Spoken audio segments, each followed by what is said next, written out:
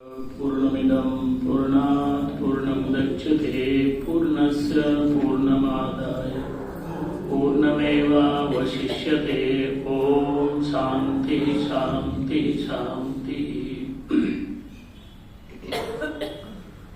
भगवान महादेव के चरणों में कोटि कोटि प्रणाम। गुरुदेव भगवान को कोटि कोटि प्रणाम करता हुआ हमारे कोषाध्यक्ष जी महाराज, कैलाश आश्रम के दयानंद स्वामी जी महाराज और हमारे मार्गदर्शक स्वामी जी आचार्य महाराज जी, माता जी, अन्य महात्मागण, सबको मेरा बार बार प्रणाम। हमारा चल रहा है, क्या चल रहा है थोड़ा बहुत याद है तो बताओ। तद्विद्धि प्रणिपाते ना, ये हो जाने के बाद जो ज्ञान पर आगे बात, सारे कर्म का नाश किससे होता है? ज्ञान। और से ज्ञान अग्नि दग्ध कर्म, ज्ञान अग्नि दग्ध कर्माणि भस्म सात कुरुते अर्जुना। कैसे? भगवान ने दृष्टांत दे दिया, जैसे लकड़ियों को आग जला करके राख कर देती है, उसी प्रकार ज्ञान अग्नि चने वाला ये चना का भी था, चना का दृष्टांत दिया, सही। तो ज्ञान अग्नि किसको जलाएगी? कर्म को जला देगी। और कर्म से जन्म, जन्म से कर्म, कर्म से जन्म, जन्म से कर्म। ये अनादि काल से घटियंतर चल रहा है। अब इसमें जब हमारी ब्रह्माकार वृत्ति बनेगी,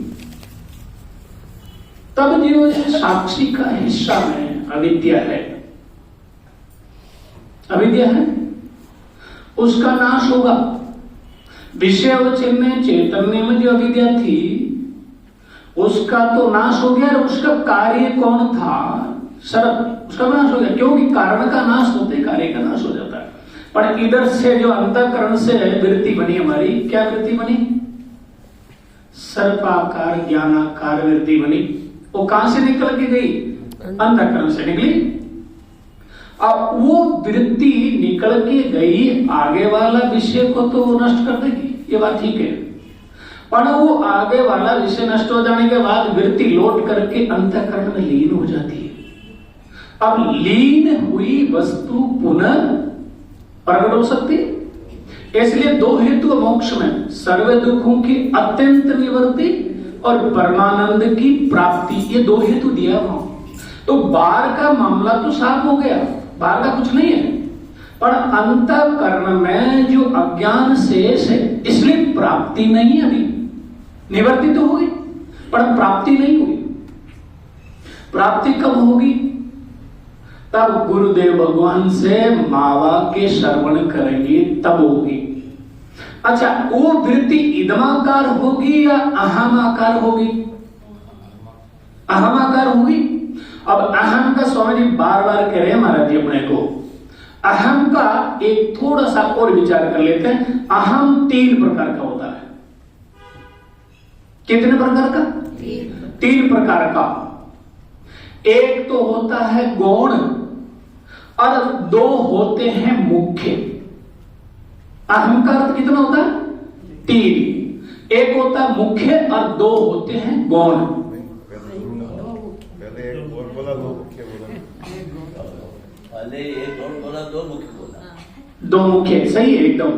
और एक है गौण। अब उसका प्रयोग कौन करते हैं, ये ध्यान रखना। एक चिदाभास और कुटस्थ को मिला करके करते हैं कौन? वहां पंचदशी कारण कह दिया, मूढ़ ही। एक मूढ़ लोग क्या करते हैं? चिदाभास और कुटस्थ दोनों की एकता करके वो अहम का प्रयोग करते हैं। और उसको मुख्य क्यों कहते हैं? वहां टीकाकार कह देते हैं मुख्य इसलिए कहते हैं कि उस मिला हुआ अहम का प्रयोग बहुत लोग करते हैं, इसलिए उसको मुख्य कहते हैं। और 2 होता गौण। 2 गुण कौन सा होता है? उसका प्रयोग, अहम का प्रयोग करते हैं ज्ञानी। कैसे करेंगे? मैं, ये बोलेगा। आप जब पूछोगे स्वामी जी भोजन कर लिए, क्या हाँ मैं भोजन कर लिया, उसी समय कौन सा मैं का प्रयोग करेगा बताओ? उसमें दो गौण और मुख्य दो है। एक दूसरी भाषा में कहते हैं इसको लौकिक और एक वैदिक। क्या क्या होता है? लौकिक और वैदिक। वैदिक क्या होता है? असंगो अहम, ये वैदिक होता है। और लौकिक क्या होता है?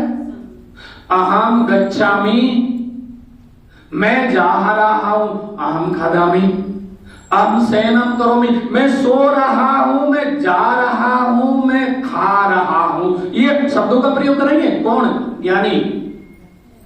तब वो प्रयोग कौन करेगा शब्द का? अहम शब्द का प्रयोग कौन करेगा? वहां विचार ये आया कि मैं ब्रह्म हूं, ये ज्ञान कूटस्थ को होगा या चिदाभास को होगा, ये बताओ हमको। तब वहां निर्णय किया गया है कि अहम का अर्थ 3 होता है। कितना होता है? 3। तो वहां बताया, बोला बताओ कौन कौन सा? बोला एक तो है मुख्य और 2 है गौण। अब 2 गौण है, उसमें गौण का प्रयोग करेगा ब्रह्मज्ञानी, ज्ञानी महापुरुष होगा। अब उनमें 2 भेद बताया कि बोला ये कौन है ये मुख्य 2?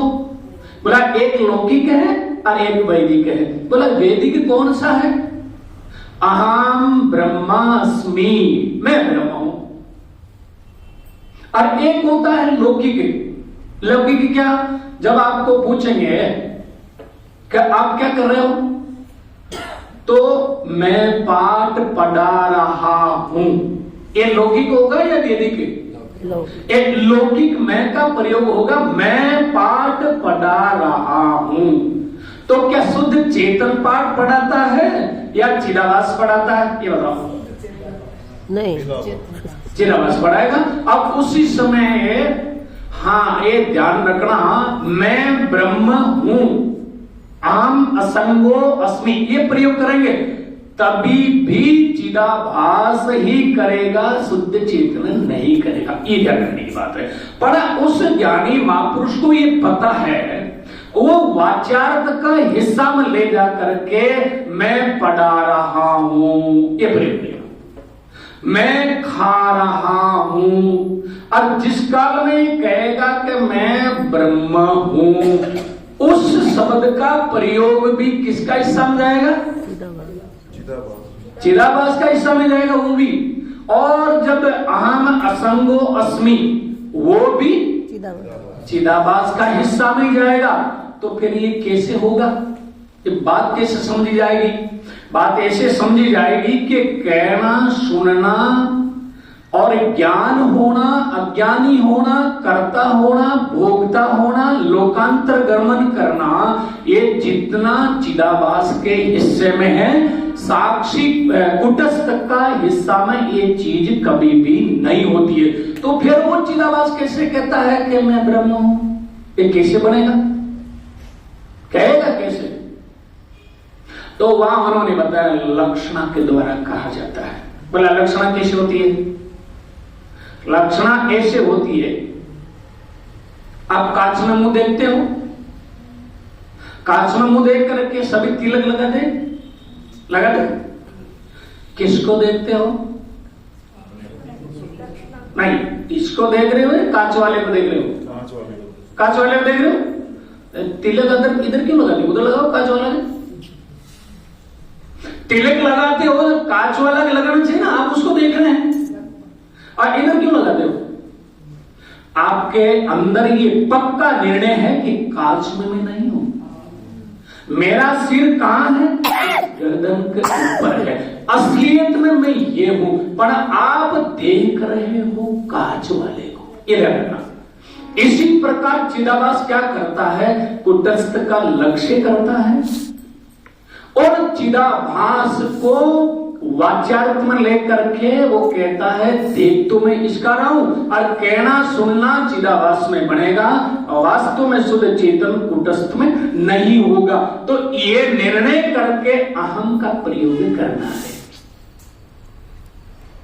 नहीं तो सुबह घंटी लगेगी भोजन के लिए, तो ये मत बोल जाना कि अहम, नहीं तो हो गया हमारा तो सियाराम। क्यों? अहम में दूसरा बनेगा क्या कोई? अहम में दूसरा नहीं बनेगा। पर वहां लेना कि अहम माने अहम वाच्यार्थ को लेकर के भंडारा करवा रहे हैं। अगर लक्ष्यार्थ को लेकर के बोलोगे तो वो खाएगा, भोजन खाएगा? भोजन नहीं खा सकता। पर आप उसी समय जब लौकिक कार्य करते हो तब चिदाभास की कोटि में रख करके करना। और जब ये निर्णय करने के मेरा सच्चिदानंद स्वरूप है, उस काल में कुटस्थ को लक्ष्य बना करके चिदाभास का बाध करके मिथ्या समझ करके शुद्ध चैतन्य को लक्ष्य करके ये जान लेना कि मैं इस लोक का नहीं, 14 लोक का मैं प्रकाशक हूं। और वही प्रकाशक इस देह में है और वही प्रकाशक बाहर भी है। मैं एक हूं, अलग नहीं हूं। एक घड़ा की उपाधि लग जाने के कारण क्या घटाकाश न्यारा हो जाता है? हो जाता क्या? नहीं।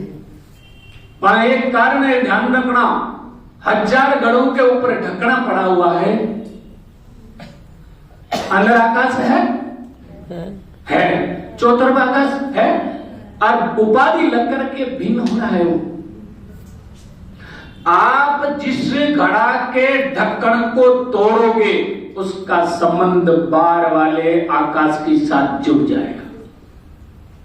नहीं दिया हूं तो मैं भी ब्रह्म हूं, मैं भी ब्रह्म हूं, ये सब ब्रह्म हो जाएंगे 2 मिनट में, क्या परेशानी है? ये हो जाएंगे। पर जब तक आवरण का पर्दा नहीं टूटेगा तब तक आप एकता को प्राप्त नहीं कर सकते हो। है तो वस्तु तो एक ही, पर कल्पित उपाधि ने भिन्न करके आपको भटकाया है। तो कल्पित को कल्पित समझ लेना और बाकी का बात कर देना। अब समय हो गया, बाकी फिर करेंगे विचार। ओम तत्सत, ओम तत्सत। ओम। ग्रंथकार कहते हैं कि चेतन लक्षण रहितत्वे सति चितवत आभासते इति चिदाभास।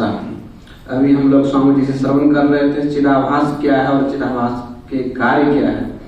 बहुत बहुत धन्यवाद। अब हम निवेदन करते हैं भगवान विश्वनाथ की नगरी से पधारे हुए स्वामी जी महाराज से, वे भी अपने अमृतमय वचनों के द्वारा भक्तों को कृतार्थ करने की कृपा करेंगे। स्वामी जी। गंगा तरंग रमणीय जटा कलापम